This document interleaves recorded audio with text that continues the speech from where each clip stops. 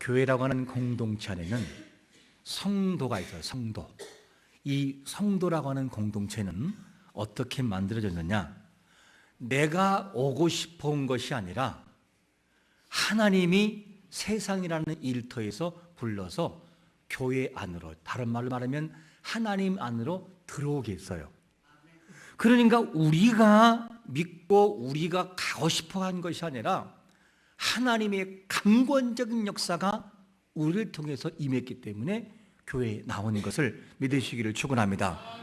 그 무리를 뭐라고 하느냐? 성도다, 이렇게 말합니다. 그러므로 여기 계신 모든 분들은 정말 존귀한 사람들이에요. 왜 존귀하냐? 하나님이라는 그분이 세상의 일대에서 딱딱 뽑아가지고 너는 신앙생활을 해야 돼, 내 자녀야 라고 이 공동체 교회를 세워놨으니까, 그러니까 성도는 누구를 바라보든지 감격이 돼야 돼요. 야, 저 사람도 나와 같이 부른 사람이구나, 저 사람도 나와 같이 소중하고 특별한 존재였구나, 이거를 보고 그 사람을 대하는 것이 매우 중요합니다. 그게 교회이고 성도이니까. 자, 그런데 공동체 안에 들어와 있지만 어떤 사람들은 아직까지도 세상의 때가 벗겨지지 않아서 세상 사람과 하나님 사람과 별반 다를 것이 없는 모습으로 살아가는 사람도 있어요. 그 사람도 언젠가는 변할 때가 오는 걸 믿으시기를 축원합니다. 변해요. 하나님이 하시면 변해요. 반드시 변합니다. 그런데 성도라고 하는 이 존재는 두 가지 발을 딛고 살아가요.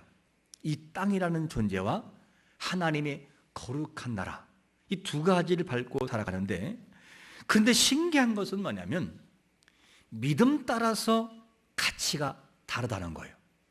분명히 하나님의 나라를 가지고 바라보고 나가는데 어떤 사람은 하나님의 나라보다 이 땅을 더 큰 비중을 두고 살아가는 사람도 있고, 어떤 사람은 반대로 이 땅을 살아가고 있으나 이 땅보다 하나님의 나라가 더 소중하다고 하는 가치를 가지고 살아가요. 이렇게 각각 달라요. 똑같은 믿음을 가지고 살아가는데 전자는 보이는 세상 속에 마음을 두고 후자는 보이지 않는 세상 속에 마음을 두기 때문에 가치가 달라요. 그래도 성도는 성도이죠. 자, 그러면 왜 똑같은 믿음을 가지고 살아가면서 어떤 사람은 이 땅에 비중을 두고 하나님 나라를 잃어버리고 살아갈까? 왜 그럴까? 그들의 마음속에 하나님의 나라에 대한 확신이 없기 때문일까? 이유가 있을 거예요. 반면에 이 땅에 살아가고 있으나 눈에 보여지고 만져지는 것보다 눈에 보이지 않고 만져지지 않는 하나님의 나라에 대해서 더 큰 마음을 드는 사람도 있을 거예요. 그들은 무엇 때문에 그렇게 할까? 하나님의 그 나라에 대한 확신이 있기 때문일까? 뭔가가 있기 때문이죠. 중요한 것은 하나님 나라를 바라보든 이 땅에 살고 있든지, 중요한 것은 이 세상도 무시하지 않으면서도 하나님의 나라의 가치도 그 이상으로 존귀하게 여기는 믿음이 되어질 때 바른 신앙이요 올바른 신앙인 것을 믿으시기를 축원합니다. 이 믿음이 우리에게 필요한 것이죠. 그러면 오늘 본문에서 오늘 읽었던 이 히브리서 11장에서 어떤 것을 다루고 있냐면 믿음을 다뤄요. 믿음이 뭐냐? 어떤 믿음이 바른 믿음이고 어떻게 살아가는 것이 옳은 믿음이냐라고 하는 이 믿음을 다루는데, 이 히브리서 내지 11장은 어떤 배경이 깔렸냐면 이런 배경이에요. 히브리 독자들, 히브리 사람들 중에, 이 성도들 중에는 어떤 사람이 있었느냐? 신앙생활을 할 때 처음 출발은 잘했어요. 뭔가가 믿음이 있을 것처럼 보여지고 잘하다가 어떤 상황에 딱 부닥쳤을 때 믿음이 확 뒤집혔던 거예요. 그러니까 히브리 기자가 던지는 질문이 뭐냐면, 그것이 과연 진정 믿음이냐? 과연 그것이 진짜 믿음일까? 그러면서 바른 믿음이 뭐냐라고 하는 것을, 믿음의 정의를 내리고 있는 것이 뭐냐면 오늘 본문의 내용입니다. 그리고 난 다음에 가인과 아벨까지 등장시켜서 어떤 것이 믿음이냐라고 하는 것을 명확하게 말씀하고 있는 것이 내용이 되겠습니다. 그러면 오늘 본문에서 하나님이 정말 인정하는 믿음이 뭘까? 어떤 것이 하나님이 인정하는 믿음이 되는가 하는 것입니다. 첫 번째로 이렇게 우리에게 말씀하고 있죠. 바라는 것들의 뭐라고요? 실상. 믿음은 실상이라는 거예요. 그리고 보이지 않는 것들을 뭐 하는 거라고요? 증거하는 것이다. 그러니까 믿음이라는 존재는 사실이 실상이고 증거라는 거예요. 믿음이 있으면 실상이 보여지고, 믿음이 있으면 그 사람을 통하여 믿음의 사람이 무엇인지를 증거한다는 거죠. 이 사실을 우리에게 소개해 주고 있습니다. 1절에서 믿음이 뭐냐라는 것을 말씀한 다음에 그 다음에 2절에서는 뭘 말씀하고 있냐면, 2절에서 선진들이 이렇게 인정받은 것을 말씀하는데, 히브리서 11장 2절은 이렇게 말씀합니다. 선진들이 이로써 증거를 얻었느니라. 이로써, 이가 뭐지요? 이로써라는 그 말은 무슨 말이냐? 1절에서 믿음이 뭐냐? 믿음은 바라는 것들의 실상이었다. 그리고 증거다. 라는 이로써 그 믿음처럼 그 믿음으로 선진들은 증거를 받았다. 그게 믿음이었다. 이렇게 말씀해 주고 있습니다. 이 말씀을 1절 말씀을 좀 더 가깝게 원문 그대로 한번 직역해 볼게요. 이런 말이죠. 믿음은 소망되는 것들과 소망되는 것들, 그리고 믿음은 뭐냐? 보이지 않는 것들의 증명이다. 이런 단어예요. 이 말을 좀 더 풀어서 원문에 가깝게 설명하면 이런 말이죠. 믿음은 소망되는 것들의 확신이요. 확신. 그리고 보여지지 않는 것들의 증거라. 그 말이죠. 믿음이라는 존재가 분명한 걸 봐요. 이 말씀을 보면 믿음이 없으면 열매도 없고, 믿음이 없으면 희망도 없고, 믿음이 없으면 결과도 없다는 거예요. 그러므로 우리는 믿음이 중요한 거예요. 여러분 19년도를 출발할 때 반드시 믿음으로 행하시기를 축원합니다. 그래야 열매도 있고 결과도 있다는 거죠. 그리고 히브리 독자들처럼 말씀을 가지고 나갈 때 믿음을 지속적으로 나가야 돼요. 지속적으로. 잘 나가다 확 뒤집히는 믿음 말고, 이런 믿음 말고 처음 시작했으면 변함이 없는 믿음을 가지고 끝까지 갈 때 하나님이 그 믿음을 인정한다는 거예요. 이걸 우리에게 말씀해 주고 있습니다. 예를 들자면 이런 거죠. 처녀 총각이 사랑하면 어떻게 돼요? 결혼합니다. 결혼하기 전에 뭐라고 하겠어요? 자기야, 우리는 아이 둘만 낳자. 3명 낳으시길 바랍니다. 셋 낳자. 그리고 계획을 짜고, 이름은 첫째는 저는 딸을 원해. 딸의 이름은 이렇게 지고, 아들 이름은 이렇게 지고, 그 다음엔 아들은 이렇게 짓자. 계획을 하죠. 그러면서 기도를 해. 하나님, 첫째는 딸을 원하는데 저를 닮은 딸을 주세요. 저 사람 안 닮게 해주시고 저를 닮게 해주세요. 라는 어떤 제목이 있을 게 아니겠어요? 그러면 그 제목 따라서, 계획 따라서 뭐가 하느냐? 열매가 주어져요. 그런데 결혼해놓고도 아무런 계획도 없고, 이름도 짓거나 말거나 낳거나 말거나, 이런 무계획한 것을 가지고 살아가면 열매는 없어요. 그러나 처음 출발부터 시작하여 믿음으로 출발하고, 믿음으로 계획하고, 믿음으로 소망하면 그 속에 뭐가 있느냐? 열매가 있다는 거죠. 그래서 믿음은 뭐냐? 실상이고, 믿음은 증거라는 거예요. 이것을 우리에게 말씀해 주고 있습니다. 믿음은 소망되는 것들을 확실히 믿는 것이고, 그리고 보이지 않는 것들을 증명하는 것이고, 믿음은 소망 삼는 것들을 자기 것으로 확보하는 뭐와 같으냐? 권리증과 같은 거예요. 권리증. 믿음이 있어야 그거를 나의 것으로 찾을 수 있다, 그 말이죠. 그래서 우리에게는 믿음이 필요한 거죠. 그러므로 우리가 2019년을 시작하면서 어떤 기도를 해야 됩니까? 개인적으로는 무슨 기도를 하고 있으십니까? 그리고 우리의 가정에서는 이번 연도의 목표는 이렇게 나가기를 원해. 그리고 우리 교회가 이렇게 아름답게 만들어지기를 원해.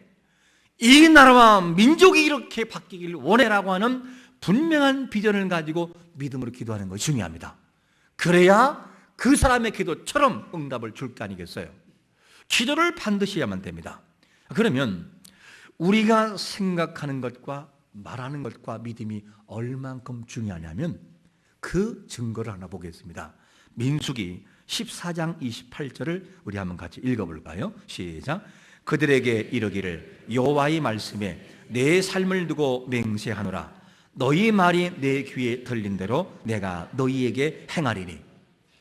이 말씀이 어떤 내용의 배경을 깔고 있냐면 어느 날 이스라엘 백성들이 애굽에서 나와서 광야에 거친 다음에 짧은 시간 내에 어디를 도착하냐면 가데스 바네에 이르렀습니다. 신광야라도 하죠.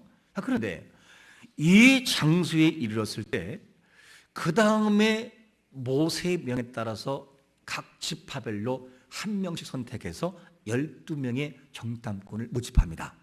그리고 들어가서 40일 동안 가나안을 정탐하고 보고해라. 이렇게 명이 떨어졌어요.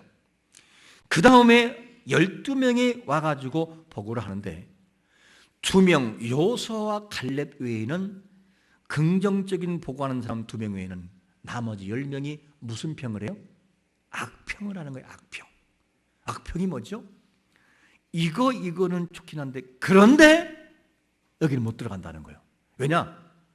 그 나라에는 거인도 있고 뭐도 있고 우리는 밥이고 메뚜기이기 때문에 도저히 안 된다. 악평을 해버려요. 이 소리에 악평이 얼마나 호소력이 있었으면 이 말씀을 들었던 백성 회중들이 어떡하냐? 통곡을 해요. 가슴을 치며 통곡을 해요. 막 어떻게? 우린 끝났다. 그러면서 그냥 막 밤새 통곡을 하면서 사람들이 눈물바다로 변하기 시작을 해요. 이때 백성들이 입술을 통하여 모세와 아론 앞에 뭐라고 말한 줄 아십니까? 이런 불평을 내려놓았어요. 민수기 14장 2절을 제가 읽어보면 이스라엘 자손이 다 모세와 아론을 원망하여 온 회중이 그들에게 이르되 우리가 애굽 땅에서 뭐 했거나 죽었거나 이 광야에서 뭐 했으면 죽었으면 좋았을 것을. 이들이 지금 어떤 생각을 가지고 있냐면 차라리 여기 오지 않고 이 광야에서 죽었으면 좋았을 것을, 이 말을 그냥 막 모세와 아론에게 원망을 해요. 그런데 이 원망 소리가 들린 것을 누가 들었을까요? 하나님이 들었어요. 네가 말한 대로 내가 시행하리라. 그래서 하나님이 행하시는 것이 뭐냐면, 그러냐? 알았다. 죽기를 원한다고? 그래, 죽여주지. 그리고 20세 이상은 전부 다 광야에서 유리하면서 38년 동안 지내면서 그들이 다 죽어요. 한 명도 살아날 일 없어요. 한 명도 가나안 땅에 들어갈 수 없었어요. 그게 뭐냐? 그들이 말한 대로 행한다는 거죠. 우리가 이 말씀을 바라본다면 참 중요한 것이 뭐냐면, 우리가 뭔가가 되려고 하다가도 안 되고 되려가도 안 되고 열매가 없다고 한다면 기억해 보세요. 혹시 우리의 입술이 부정적인 입술이 아닌가?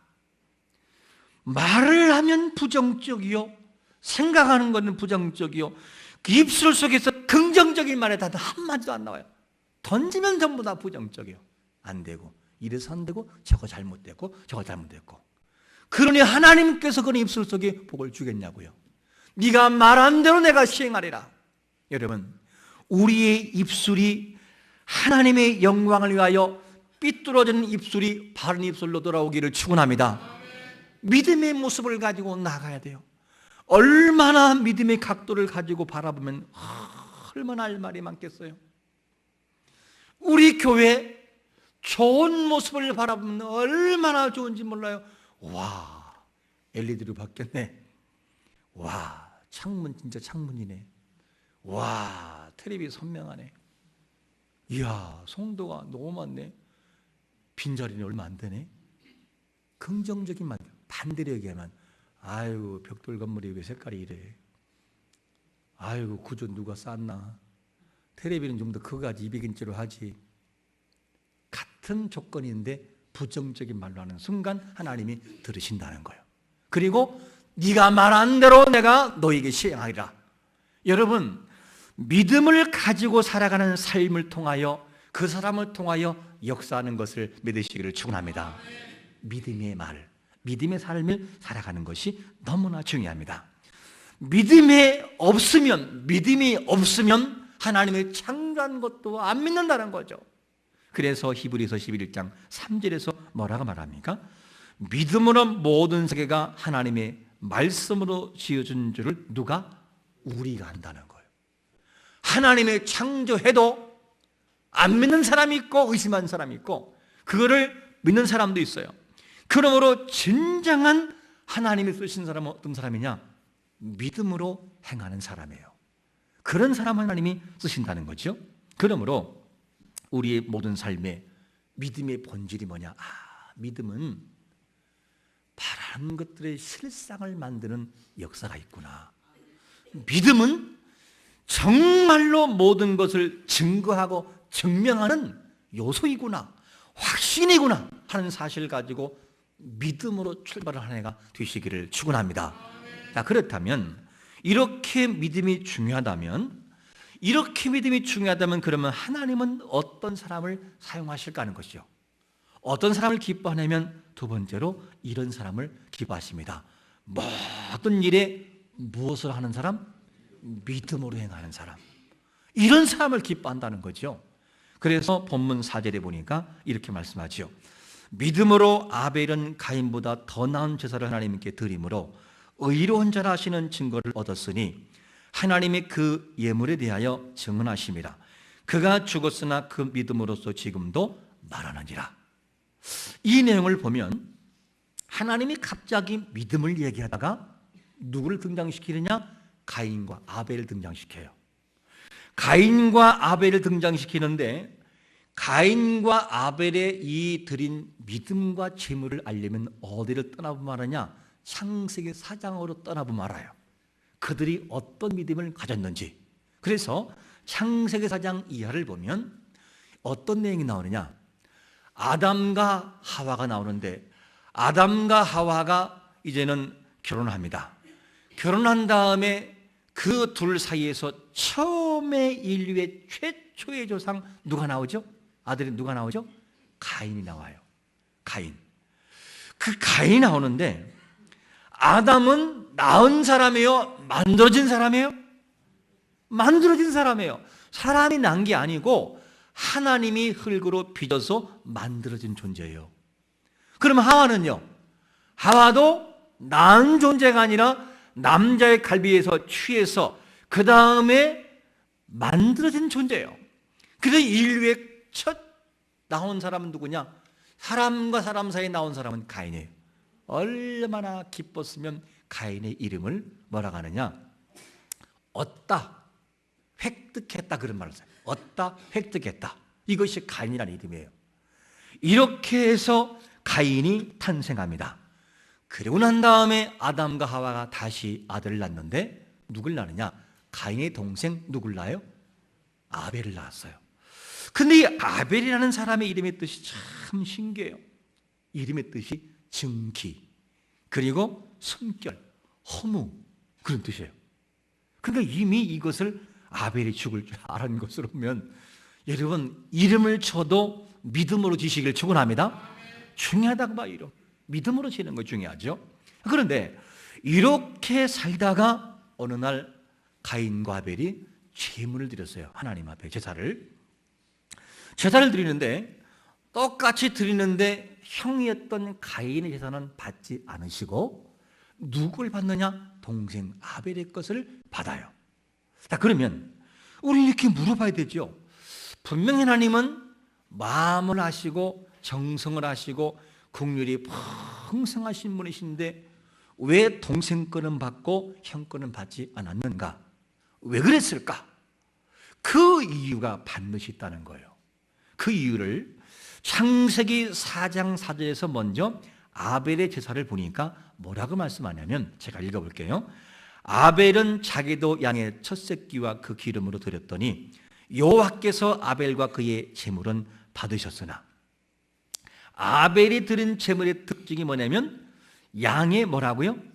첫 새끼와 그 다음에 그 기름을 드렸다는 거죠. 자, 그러면 첫 새끼는 뭐고 기름은 뭐냐? 성경에서 처음 난 것에 대한 평가를 뭐라고 하느냐? 가장 귀한 것, 그리고 가장 값진 것, 그리고 가장 중요한 것, 이렇게 성경은 표현하고 있어요.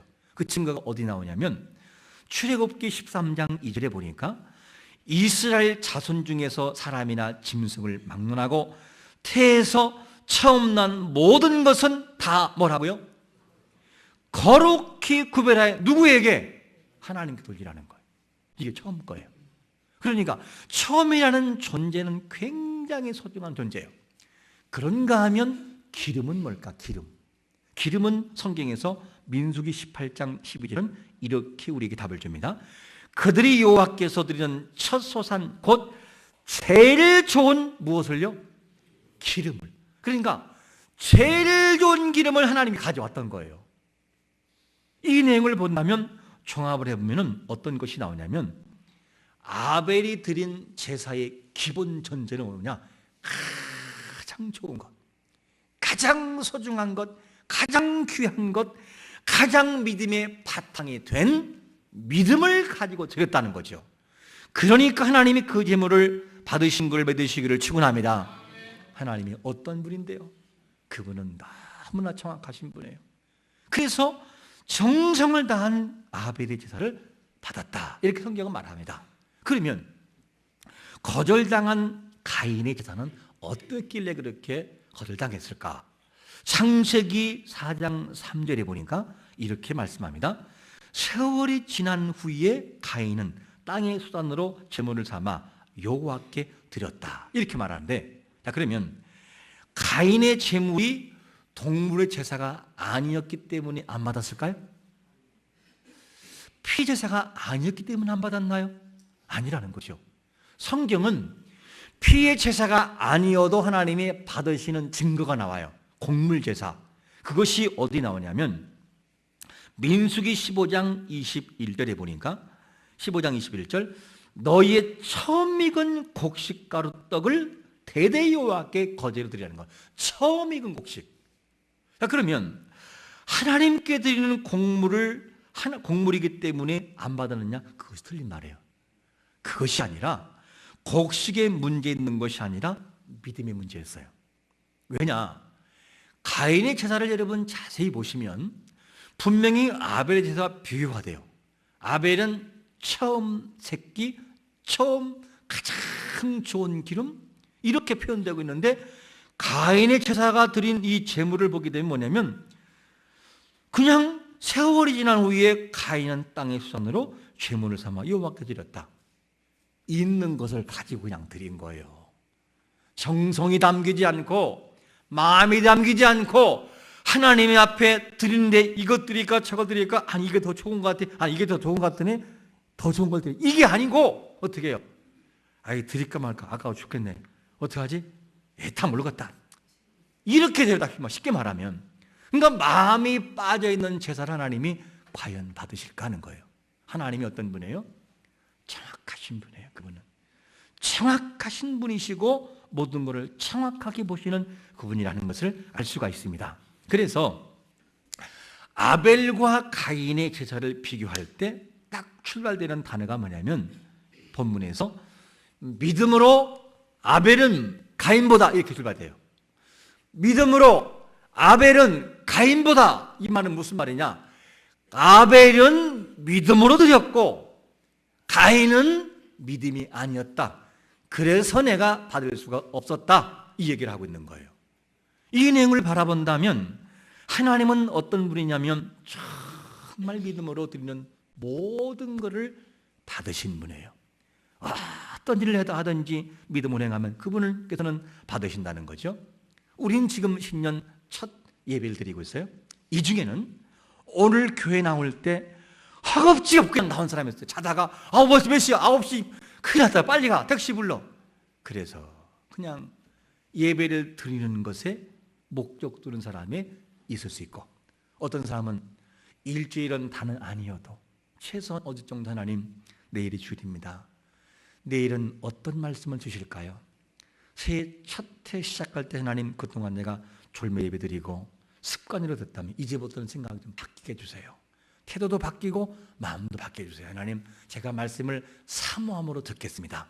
그 말씀이 귀에 들리게 하옵소서. 그리고 처음부터 저를 바라볼 때 혹시 좋은 깨가 없나 할 정도로 눈을 떼지 않고 바라보면 말씀이 귀에 들린다는 거예요. 듣다 보니 그렇구나, 이번 주의 말씀이 믿음이었구나. 믿음. 내가 그동안 너무나 믿음이 약했구나. 내가 믿음으로 행하지 않고, 믿음으로 말하지 않고, 믿음으로 모든 걸 행하지 않아서 나에게 이런 결과가 왔구나. 하나님, 믿음으로 살겠습니다 라는 결단이 딱 서는 거지요. 준비가 되면. 하나님이 어떤 분이에요? 근데 어떤 사람들은 허겁지겁 와가지고 전혀 하나님은 상관도 없어요. 그냥 예배드리고 갔다 가는 거, 그것으로 만족삼으면 얼마나 불행한 예배를 드리고 있냐는 거죠. 여러분, 하나님은 무성의한 것을 받지 않아요. 왜냐? 과부의 두렵돈도 그의 전부의 정성이 담겨진 것이기 때문에 귀하게 받던 거예요. 그러나 많은 걸 드렸던 바리새인 유대인 일을 할지라도 무성의한 것은 적게 드린 거였어요. 이게 하나님의 기준이에요. 여러분, 산에 가서 뭐 하죠? 밥을 먹기 전에 안 믿는 사람들이 뭐부터 해요? 밥 딱 떠서 뭐예요? 고시래! 그러면서 표준어는 고스래. 그리고 보통 쓰는 법인말로 고시래, 고스래 이렇게 말합니다. 이게 무슨 말이에요? 고시래라는 그 말은 내가 밥을 먹기 전에 귀신에게 한술 떠서 얘 따먹어라. 그러면 그분에 바치는 거예요. 귀신에게. 하나님이 던진 법을 덥석 받아먹는 초라한 하나님이신가요? 하나님은 그런 분이에요. 가서 먹을 때도 하나님 감사합니다, 주신 것 감사합니다 하면서 정성이 남겨진 것을 받으시는 분이에요.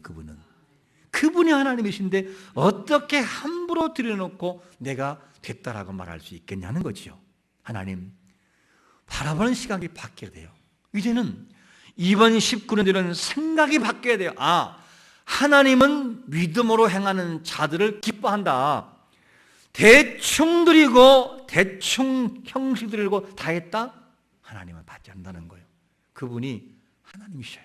뭐가 아쉬워서 그분이 그렇게 받는, 대충 드리는 고스란히 밥을 받아 먹겠습니까? 하나님은 그런 분이 아니라는 거죠. 그러므로 19년도에는 무슨 일을 감당하든지 믿음으로 행하시기를 축원합니다. 믿음으로 행하라는 거예요. 믿음으로. 그래야 하나님이 그 사람을 쓰신다는 거죠. 이게 너무 중요합니다. 그 증거가 아벨이 증거죠. 아벨이 믿음을 가지고 했더니만 하나님이 그 모든 제물을 받으셨고 인정했습니다. 그러므로 19년도에는 우리가 가인의 뒤를 밟지 말고 아벨 같은 믿음을 통하여 진정한 믿음을 통해 실상을 경험하고 증명할 수 있는 거룩한 성도가 되시기를 예수 그리스도의 이름으로 축원합니다. 아멘. 우리 한번 잠시 이번만 결단할 때 하나님 믿음으로 행하게 달라고, 정말 믿음으로. 이제부터는 하나님 무엇을 주여, 우리가 살아가면서 1년 동안에 믿음이 아닌 것이 있다면 주여 다 버리게 만들어 주옵소서. 이제부터는 주여 믿음으로 살겨나고 믿음의 능력을 통해 주 앞에 나가도록 우리 마음들을 붙들어야 만되겠사오니 성령님 도와주시고 성령님 붙드시고 성령님의 함께하심을 통하여 믿음의 역사가 무엇인지를 체험하도록 은혜를 베풀어 주옵소서. 우리가 1년을 지내면서 아버지 하나님 너무나 부정적이었습니다. 너무나 아버지 하나님이여 이렇게 부정적인 입술과 마음을 가지고 살았습니다. 너무나 믿음이 아닌 것을 가지고 살았사오니 이제부터는 주여 믿음의 말들을 하기 원하고 믿음을 통해서 모든 일을 행하도록 그냥 도와주심을 통하여 하나님의 기적의 역사를 바라보고 하나님의 일하심을 바라보고 하나님의 인도하심을 바라봐서 진정한 영광과 기쁨이 넘치는 삶을 아름답게 살아가도록 은혜를 베풀어 주옵소서. 우리 입술이 너무나 부정적이어서 그동안 열매가 없다면 주여 죄송합니다. 이제부터는 주여 믿음 모든 부정은 나 떠내버리고 믿음의 말을 가지고 나가며 믿음을 가지고 나가 하나님 앞에 나가며 영광된 삶을 가지고 나가도록 우리 마음들을 다스리시며 인도하여 주옵소서. 성령에 도우셔서 믿음의 모든 모습을 통하여 믿음의 능력을 바라보고 믿음의 실장을 경험하도록 우리에게 은혜를 허락하여 주옵소서. 사랑의 아버지 하나님, 1년을 지내오면서 우리가 그리고 일평생 살아오면서 우리의 입술 속에 부정적인 언어와 부정적인 생각이 있다면 이제부터는 바뀌어지게 하여 주옵소서. 그 부정이 우리를 부정의 모습으로 만들었다면 주님 이제부터는 바뀌어지게 하여 주옵소서. 내가 말한 대로 행하는 이 말씀을 기억하고 주여 반드시 믿음을 통해 아버지 앞에 나가 믿음으로 행하며 믿음으로 삶을 살아가도록 은혜를 베풀어 주옵소서. 믿음으로 살게 하여 주옵소서. 믿음으로 행하게 하여 주옵소서. 예수님의 거룩하신 이름으로 간절히 축복하며 기도합나이다. 아멘.